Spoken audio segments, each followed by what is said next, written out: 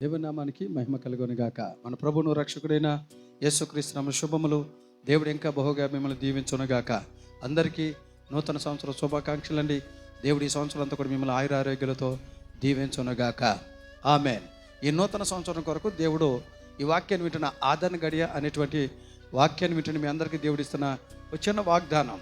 ఈ నూతన సంవత్సరం దేవుడు ఇస్తున్న వాగ్దానం ఏంటంటే, మితి లేకుండా నీకు వృద్ధియో క్షేమమో కలుగును. ఈరోజు దేవుడు ఈ నూతన సంవత్సరంలో మొదటి రోజు దేవుడు నీకు ఇస్తున్న వాగ్దానం ఏంటంటే, మితి లేకుండా నీకు వృద్ధియు క్షేమము కలుగును. ఎప్పుడు కలుగుద్ది? దేవుడు ఈ సంవత్సరం ఎప్పటి నుంచి చేయబోతున్నాడు? ఈ వాగ్దానం మా జీవితం ఎప్పుడు నెరవేర్చబడది అని అనుకునే ముందు ఒకసారి ఆ వాగ్దానాన్ని దేవునికి వాక్యాన్ని చదువుకుందాం. యెషయా గ్రంథం 9వ అధ్యాయం 7వ వచనం మాట చూడండి. ఇది మొదలుకొని మితి లేకుండా దానికి వృద్ధియు క్షేమమును కలుగును. దేవుడికి మహిమ కలుగును గాక. దేవుని బిడ్డలు గమనించండి. ఈ నూతన సంవత్సరంలో దేవుడు ఈ మొదటి రోజు మొదటి తారీఖున దేవుడు ఇస్తున్న వాగ్దానం ఏంటంటే, మితి లేకుండా నీకు వృద్ధి క్షేమం కలుగజేస్తా.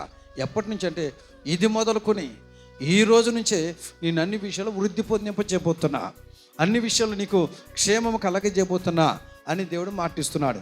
ఈ సంవత్సరం నీవు అన్ని విషయంలో వృద్ధి పొందుదవగాక. ఈరోజు ఈ సంవత్సరం అన్ని విషయాలు నీకు క్షేమము కలుగును గాక. నేను చెప్తున్న మాట కాదండి, పరిశుద్ధాత్మ దేవుడు ఇస్తున్న వాగ్దానం. ఇది మొదలుకొని ఈ రోజు నుంచే, ఈ నూతన సంవత్సరం ప్రారంభం నుంచే, ఈ 2025 మొదటి రోజు నుంచే ఇది మొదలుకు నువ్వు అన్ని విషయంలో వృద్ధి పొందబోతున్నావు, క్షేమాన్ని చూడబోతున్నావు. దేవుడికి మహిమ కలుగును గాక. దేని బిడ్డని గమనించండి. నేను కొన్ని మాటలు చెప్తా. ఏ విషయంలో ఈ సంవత్సరం మన దేవుడు వృద్ధి పొందింపజేయబోతున్నాడు, ఏ విషయంలో దేవుడు మన క్షేమాన్ని కలగజేయబోతున్నాడు. ఈ 2025 సంవత్సరంలో దేవుడు ఏ విషయంలో మనం వృద్ధి పొందించాలనుకుంటున్నాడు, ఏ విషయంలో మన దేవుడు క్షేమకరమైన స్థితిలో, ఉన్నతమైన స్థితిలో ఉంచాలనుకుంటున్నాడు, ఏ విషయంలో నేను వృద్ధి పొందింపజేయాలనుకుంటున్నాడో ఒక్క 2-3 విషయాలు చెప్తాను, జాగ్రత్తగా గమనించండి. ఒకటి, ఈ సంవత్సరం ఏ విషయంలో దేవుడు నిన్ను మితి లేకుండా వృద్ధి కలగజేయబోతున్నా తెలుసా? ఒకటి, పరిశుద్ధ గ్రంథంలో ఉన్నటువంటి మాట మనం చూసుకుందాం. పరిశుద్ధ గ్రంథంలో చూడండి దేవుని బిడ్డలారా, యెషయా గ్రంథం 9వ అధ్యాయం 3వ వచనంలో ఉన్న మాట ఏంటంటే తెలుసా? నీ సంతోషమును దేవుడు వృద్ధిపరచబోతున్నాడు. ఒకవేళ గడిచిన సంవత్సరం అంతా దుఃఖంతో, నిట్టూర్పుతో, అవమానాలతో బ్రతికేవేమో, ఈరోజు నీకు మాటిస్తున్నాడు. మితి లేనటువంటి సంతోషముతో, మితి లేనటువంటి కృపతో, మితి లేనటువంటి ఆరోగ్యాలతో దేవుడు నిన్ను వృద్ధి పొందింపచేయనుగాక. ఈ సంవత్సరం దేవుడు ఇది మొదలుకొని ఏ విషయం నేను వృద్ధి పొందింపజేయబోతున్నా తెలుసా? ఒకటి, మితి లేకుండా దేవుడు అంటున్నాడు నీ సంతోషాన్ని వృద్ధిపరుస్తాడు. ఒకవేళ ఎప్పుడో కొద్దిగా సంతోషించేవేమో, ఈ సంవత్సరం నుంచి ఎక్కువగా దేవుడు నిన్ను సంతోషపరచబోతున్నాడు. రెండవది, ఏ విషయంలో దేవుడు నిన్ను వృద్ధి పొందింపజేయబోతున్నాడు, ఏ విషయం నేను సంతోషపెట్టి క్షేమంగా ఉంచి వృద్ధి పొందింపచేయాలనుకుంటున్నాడు అంటే, పరిశుద్ధ గ్రంథంలో కీర్తన గ్రంథం 107వ అధ్యాయం 41 వచ్చిన మాట ఏంటి తెలుసండి? నీ వంశమును మందవలె దేవుడు వృద్ధి పొందింపచేయబోతున్నాడు. ఏ విషయంలో దేవుడు మన వృద్ధి పొందింపజేయబోతున్నా తెలుసా? రెండవది, నీ వంశమును, నీకు పుట్టిన సంతానాన్ని, వారికి పుట్టుబోతున్న సంతానాన్ని మందవలె దేవుడు వృద్ధి పొందింపజేయబోతున్నాడు. ఆ విషయంలో ఈ సంవత్సరం అంతా నీవు వృద్ధి పొందుదవుగాక. నీ బిడ్డల విషయంలో, నీ కుటుంబ విషయంలో వృద్ధి పొందబోతున్నావు. మొదటిగా సంతోషాన్ని దేవుడు వృద్ధి పొందించబోతున్నాడు. ఆఖరికి ఒక మాట చెప్పనా? ఏ విషయంలో దేవుడు నిన్ను వృద్ధి పొందింపజేయబోతున్నా తెలుసండి?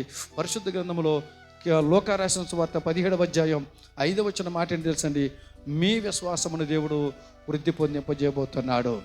ఒకవేళ గడిచిన సంవత్సరంతో అవిశ్వాసంగా ఉన్నవేమో, అవిశ్వాసములు వెనకబడిపోయేవేమో, అవిశ్వాసం కలిగి బ్రతికేవేమో, అవిశ్వాసం కలిగి దేవుడి మీద నిరీక్షణ ఉంచలేదేమో, అయితే దేవుడు చెప్తున్నాడు ఆ అవిశ్వాసాన్ని కొట్టివేసి నీలో ఉన్న విశ్వాసాన్ని, కొద్దిపాటి విశ్వాసాన్ని, చిన్న విశ్వాసాన్ని నేను వృద్ధి పొందింపజేయబోతున్నా. ఏం బిడ్డలు గమనించండి. ఈ నూతన సంవత్సరంలో దేవుడు మీకు ఇస్తున్న మాట ఏంటి తెలుసా? మితి లేకుండా నేను వృద్ధియో క్షేమము కలగజేస్తా. ఎప్పటి నుంచో తెలుసా అండి? ఇది మొదలుకొని ఈ రోజు నుంచే నీకు నేను వృద్ధిని, క్షేమాన్ని కలగజేయబోతున్నా. ఏ విషయంలో వృద్ధి కలగజేయబోతున్నా తెలుసా? నీ సంతోషాన్ని వృద్ధి చేయబోతున్నాడు, నీ వంశాన్ని మందవలే దేవుడు వృద్ధి చేయబోతున్నాడు, నీ విశ్వాసాన్ని దేవుడు వృద్ధి చేయబోతున్నాడు. వచ్చిన ప్రార్థన చేసుకో. ఇవి కాక నువ్వేమైనా ఏ విషయంలో వృద్ధి పొందాలనుకుంటున్నావా? ఈ నూతన సంవత్సరం దేవుని అడుగు. దేవుని నీ పట్ల తప్పక కార్యం చేయనుగాక. ఆమేన్. ప్రార్థన చేసుకుందాం. ప్రేమ కలిగిన మా తండ్రి, నీకు వందనాలు, స్తోత్రాలు. ఎత్తబడిన వాక్యాన్ని బట్టి నీకు వందనాలు. ఈ నూతన సంవత్సరం బిడ్డలతో వాక్యం ద్వారా మాట్లాడారు, వాగ్దానం చేశారు. మితి లేకుండా నీవు వృద్ధి పొందుతావు, క్షేమం కలుగుతున్న ప్రభా. ఇదిగా వాగ్దానం మా బిడ్డల చేత నెరవేర్చి ఏ విషయంలో ఇంకా వృద్ధి కలజమని అడుగుతున్నారో వాటన్నిటిలో మా పిల్లల్ని వృద్ధి పొందింప చేయమని యేసు నామములో అడిగి పొంది ఉన్నాం తండ్రి. ఆమెన్.